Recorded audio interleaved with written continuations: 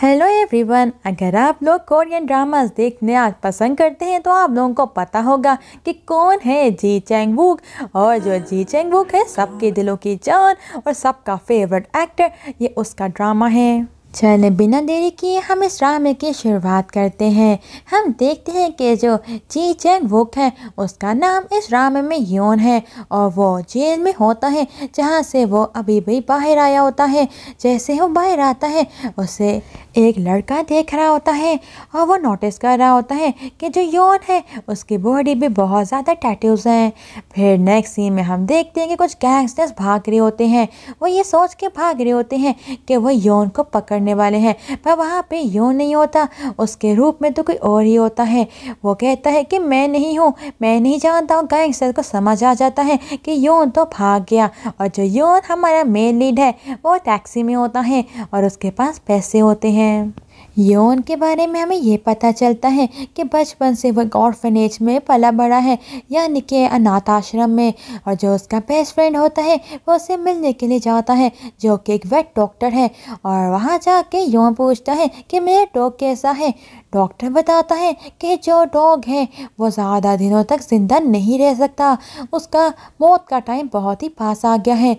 ये बात सुन के योन को बहुत ही ज़्यादा बड़ा धचका लगता है कि क्या ये मुझे छोड़ जाएगा, मेरा प्यारा डॉग। योन उसी डॉक्टर से कहता है कि मेरा बैग कहाँ पर है। वो बैग ला के देता है और हमें नज़र आता है कि बैग में बहुत ज़्यादा पैसा होता है। वो पैसों की 2 बंडल दे देता है डॉक्टर को और डॉक्टर कहता है कि मैं इतना ज़्यादा तो मैं चार्ज नहीं कर सकता। और वो कुछ ही पैसे लेता है और बाकी सब कुछ वापस कर देता है। योन वो वापस देता है और यहाँ पे वो दोनों बात कर रहे होते हैं, जिससे हमें ये पता चलता है कि वो दोनों ऑर्फनेज में साथ थे और तभी उनकी दोस्ती हो गई। और ऑर्फनेज से जब वो दोनों बाहर निकले थे उन्होंने एक दूसरे को कभी भी कांटेक्ट नहीं किया। पर फिर योन ने उसे कॉल किया कि कुछ टाइम के लिए तुम मेरे डॉग को अपने पास रखो। वहाँ से अब योन चला जाता है बाहर। जब वो बाहर आता है वहाँ से वो एक बहुत ही बड़े होटल में जाता है। उसे कपड़ों को देख के वहाँ जो असिस्टेंट रिसेप्शनिस्ट होती है वो कहती है कि आप यहाँ क्या करने आए हो। वो कहता है कि मेरे पास बहुत ज़्यादा पैसा है, इस होटल का जो सबसे ज़्यादा एक्सपेंसिव रूम है वो मुझे दे दो। और फिर उसे उस रूम की तरफ लेकर जाया जाता है। वहाँ पे एक वर्कर होता है, वो उसको बहुत ही अच्छे से ब्रीफ कर रहा होता है। जब वो जाने लगता है वर्कर, वो देखता है कि बैग के अंदर तो डॉग है और उस होटल में डॉग को लाने की परमिशन नहीं होती, पर वो उसका मुंह बंद करने के लिए योन कुछ पैसे देता है। वर्कर के जाने के बाद योन बहुत ही ऊंची ऊंची हैप्पी बर्थडे कह रहा होता है। फिर खुद ही बोलता है ये झूठ है, आज तो मेरी बर्थडे ही नहीं है। मेरी बर्थडे कब आती है इसका तो मुझे कभी किसी ने बताया नहीं, क्योंकि मैंने अपनी लाइफ अनाथ आश्रम में गुजारी। मुझे नहीं पता कि मेरे माता पिता कहाँ हैं। यहाँ पे हमारे सेकंड मेल लीड की एंट्री होती है, जिनका नाम मिस्टर कंग है। वो उठते हैं और वहाँ पे वाइट कोट को पहनते हैं। जैसे ही वो हॉस्पिटल में एंटर होते हैं वो हर किसी की हेल्प कर रहे होते हैं, पेशेंट से लेके वहाँ जो विजिटर्स आए होते हैं उनकी, इवन जो वर्कर्स होते हैं उनकी भी। सबको ये लग रहा होता है, जो उनको नहीं जानते कि ये कोई डॉक्टर हैं, पर नर्स आके बताती है ये डॉक्टर नहीं है, यहाँ पे एज अ वॉलंटियर काम करते हैं। हमें बताया जाता है कि जो मिस्टर कंग है उनकी पर्सनालिटी बहुत ही अच्छी है। वो बहुत ज़्यादा हेल्प करते हैं और कभी भी किसी चीज़ का भी लालच नहीं करते। वो नर्स से बात कर रहे होते हैं कि अभी मैं जाके मिस्टर वोन को नहलाऊंगा और फिर हम उनकी विश को पूरा कर देंगे। फिर एंट्री होती है हमारी फीमेल लीड की, जो कि एक्सरसाइज कर रही होती है और वो एक नर्स है और उसका नाम सेयोन है। सेयोन के पास एक हाई स्कूल की लड़की आती है। वो कहती है कि क्या कर रहे हो फाइटर, और फिर वो दोनों थोड़ी बहुत बॉक्सिंग करते हैं। नीचे रूम में मिस्टर कंग पेशेंट मिस्टर वोन को नहला रही होती हैं और वहाँ पे विंडो में स्नो फॉलिंग नज़र आने लगती है। और यहाँ पे हमें पता चलता है जो पेशेंट मिस्टर वोन है उनके पास बहुत कम टाइम रह गया हुआ है और उनकी ये विश थी कि वो स्नो फॉलिंग देखने के बाद ही मरे।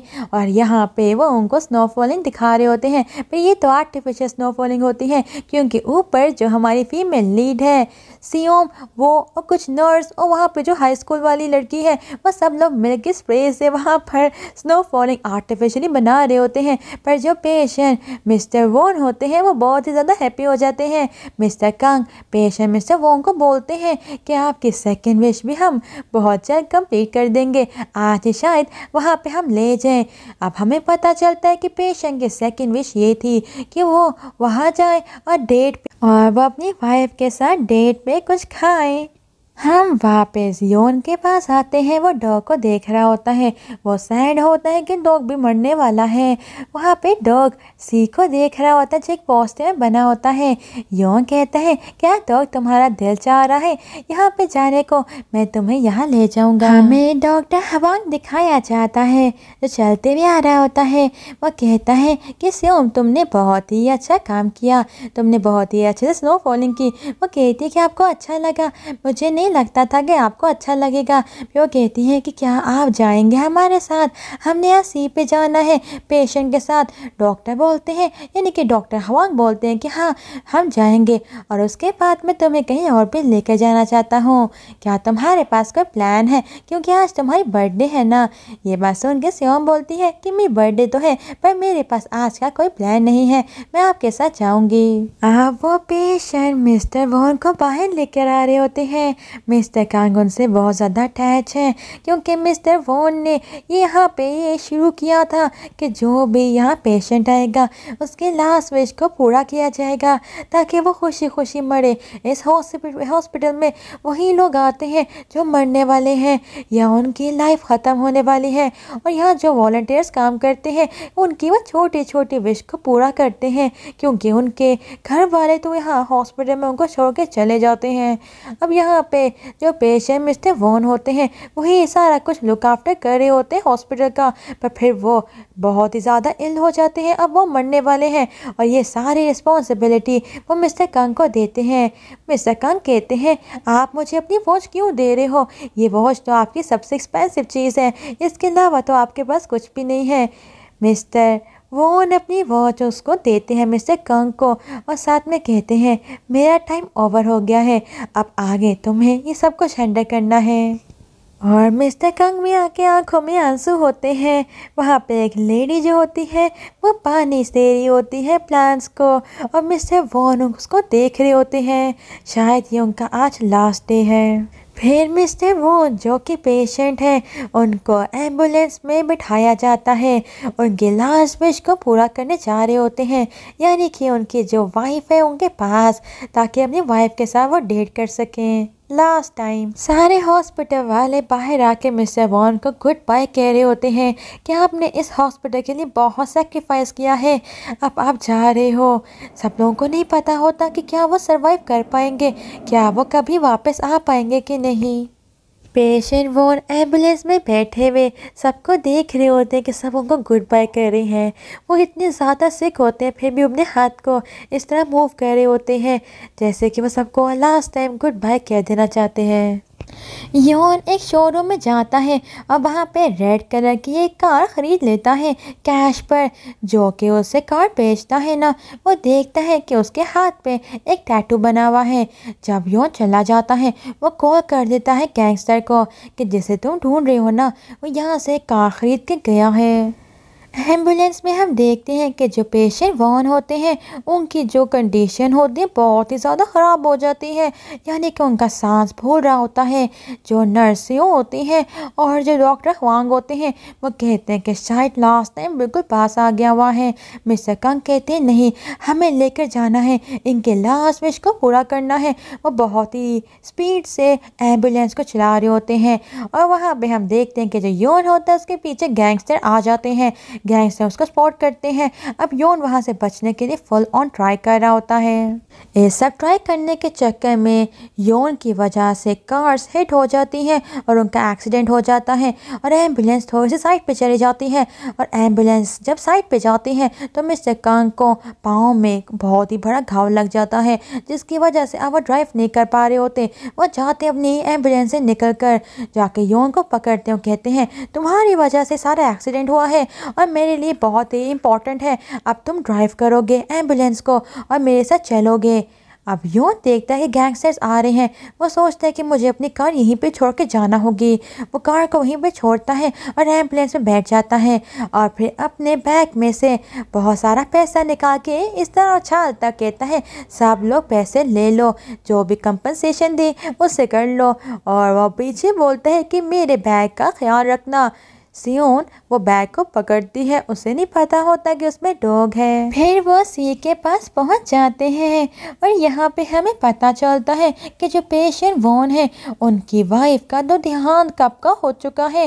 वहाँ पे उनकी ग्रेव होती है जिसके साथ वो ऐसे बैठे होते हैं जैसे कि वो सिर्फ लेटे ही हुए हैं। वहाँ पे खाना वो रखते हैं जैसे वो खा नहीं सकते क्योंकि उनके अंदर तो इतनी एनर्जी नहीं होती, बस ये कहने की ही सिर्फ देर होती है जो अपनी मरी हुई वाइफ के साथ कर रहे होते हैं और बहुत ही ज़्यादा खुश होते हैं और उन सब का थैंक यू कहते हैं कि तुम लोगों ने मेरी लास्ट विश को पूरा किया।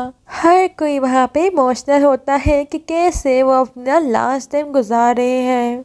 और फिर वहाँ पे वो अपनी वाइफ की जब ग्रेव को हाथ लगा रहे होते हैं उनका देहांत हो जाता है और उनकी इमेजिनेशन में उनकी वाइफ उनके साथ आके बैठी होती है और वो दोनों सनसेट को देख रहे होते हैं, पर ये सिर्फ इमेजिनेशन होती है। जो योन होता है वो सी को देख रहा होता है और अपने डॉग को देख रहा होता है। वो कह रहा होता है, तुम मुझे छोड़ के चले जाओगे क्या? तुम मर जाओगे क्या? तुम जिंदा नहीं रह सकते। योन डॉग को उठाता है और पानी के अंदर जा रहा होता है। उससे फ्लैशबैक में याद आता है कि एक लड़की है और वहाँ पे योन है। वो लड़की बोल रही होती है कि हमें ज़िंदा रहने का कोई हक नहीं है, हमें मर जाना चाहिए। इर्द गिर्द बहुत ज़्यादा गैस होती है और योन डॉग को लेकर बाहर जा रहा होता, कह रहा होता है हमें ज़िंदा रहना है, हमें नहीं मरना। अपने सोचों में खोया होता है और पानी में जाया जा रहा होता है। पीछे से मिस्टर कांग आते हैं, वो उसको रोकते हैं और कहते हैं, लड़के क्या तुम इस तरह चले जाओगे? तुमने जो किया उसका तुम्हें भरपाई करनी होगी। मेरी टांग तोड़ दी, इतना बड़ा एक्सीडेंट कर दिया, तुम्हें फाइन पे करना होगा। फिर वो पुलिस स्टेशन उसे ले जाते हैं। पुलिस ऑफिसर कार देखते हैं और कहते हैं, तुम योन हो, तुम्हारे घर का एड्रेस क्यों नहीं है? योन कहता है मेरे पास घर नहीं है। पुलिस ऑफिसर समझते हैं कि वो झूठ बोल रहा है। वो कहते हैं ऐसा कैसे हो सकता है कि किसी के पास घर ही ना हो? वो कहते हैं कि नहीं है ना मेरे पास घर। फिर वो लोग उसका रिकॉर्ड चेक करते हैं और रिकॉर्ड में ये आता है कि वो कुछ महीनों के लिए जेल में रहा है। वो पुलिस वालों को बोलता है कि मुझे जेल में रखा गया था फ्रेम करके, मैंने कुछ भी बुरा नहीं किया, मुझे बिना वजह उन्होंने ब्लेम किया था, मेरे तो कोई रीज़न ही नहीं था, बस मुझे जेल में डाल दिया और इस गवर्नमेंट ने मैंने कुछ भी नहीं किया। मिस्टर कांग योन के बारे में बहुत ज़्यादा क्यूरियस होते हैं। वो देखते हैं कि वहाँ पे छोटा सा कोई बर्न होता है जो उसके नेक के नीचे कॉलर के साइड पे होता है। वो खुद जाके खींचते हैं शर्ट को, कहते हैं यहाँ पे बर्न है, ये कैसे हुआ? योन कहता है कोई भी ऐसा नहीं करता, हर कोई सॉरी बोलता है और टच किए बिना बोलता है कि बर्न कैसे हुआ। आप टच क्यों कर रहे हो? क्या आपको बहुत ज़्यादा इसके बारे में पता है कि बर्न है? क्या आप कोई डॉक्टर हो? और वो बिना बताए चला जाता है। और यहाँ पे फ्लैशबैक में मिस्टर कंग को याद आता है कि कोई उनका गला दबा रहा होता है, उनका खून निकल रहा होता है और एक छोटा सा बच्चा देख रहा होता है मिस्टर कंग को कि कोई उनका गला दबा रहा है और मिस्टर कंग उसको जाने को कह रहे होते हैं बच्चे को। और उस बच्चे के भी नेक के पीछे इसी तरह का मार्क है बर्न का। अब मिस्टर कंग को ये लग रहा होता है क्या ये वही बच्चा है? क्या वो बच्चा योन है? पेशेंट वॉन का क्योंकि देहांत हो गया हुआ है तो उनका फ्यूनरल चल रहा होता है और उनके बच्चे वहाँ पे हर चीज़ हैंडल कर रहे होते हैं। वो बहुत ही ज़्यादा बुरे बर्ताव कर रहे होते हैं डॉक्टर हुआंग के साथ और नर्स यू के साथ। वो कहते हैं कि तुम लोग ऐसा कैसे कर सकते हो कि हमारे पिताजी इतने ज़्यादा इल थे और आप उसको लेकर चले गए सीम में, ध्यान जो हुआ है वो आप लोगों की वजह से हुआ है, आप लोग दोषी हो।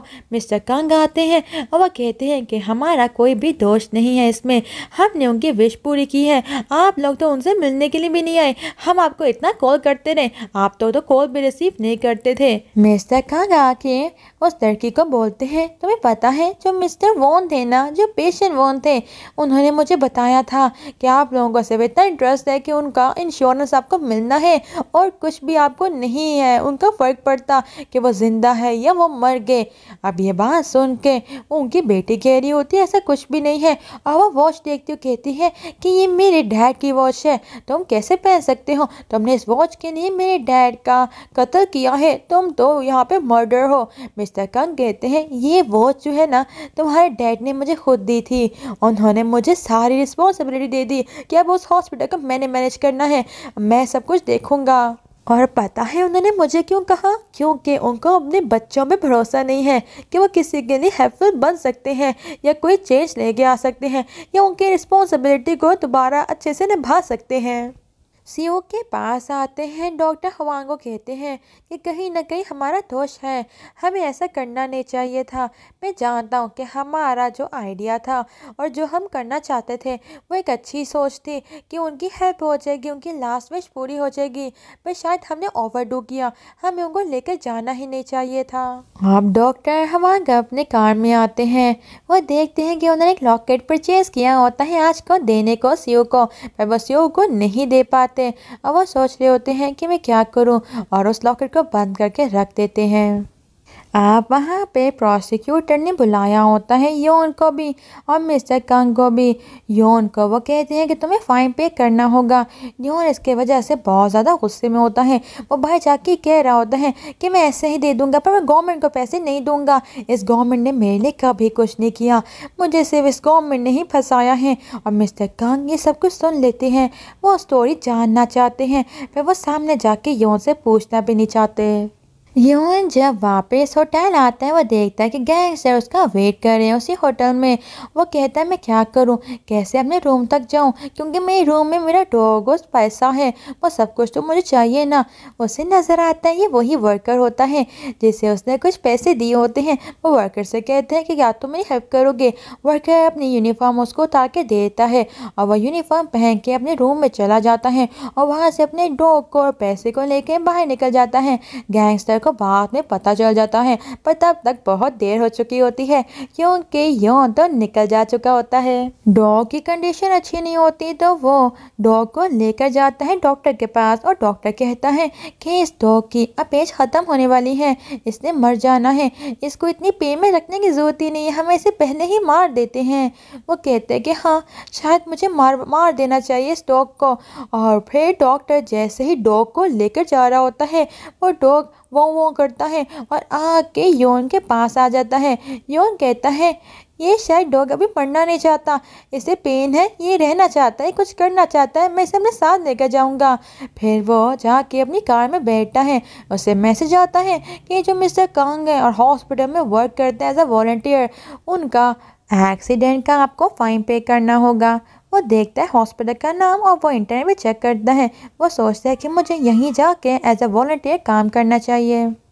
हॉस्पिटल में ये न्यूज़ ऐसे स्प्रेड होती है कि कोई नया वॉलंटियर आ रहा है जो यहाँ पे काम करने के लिए आ रहा है।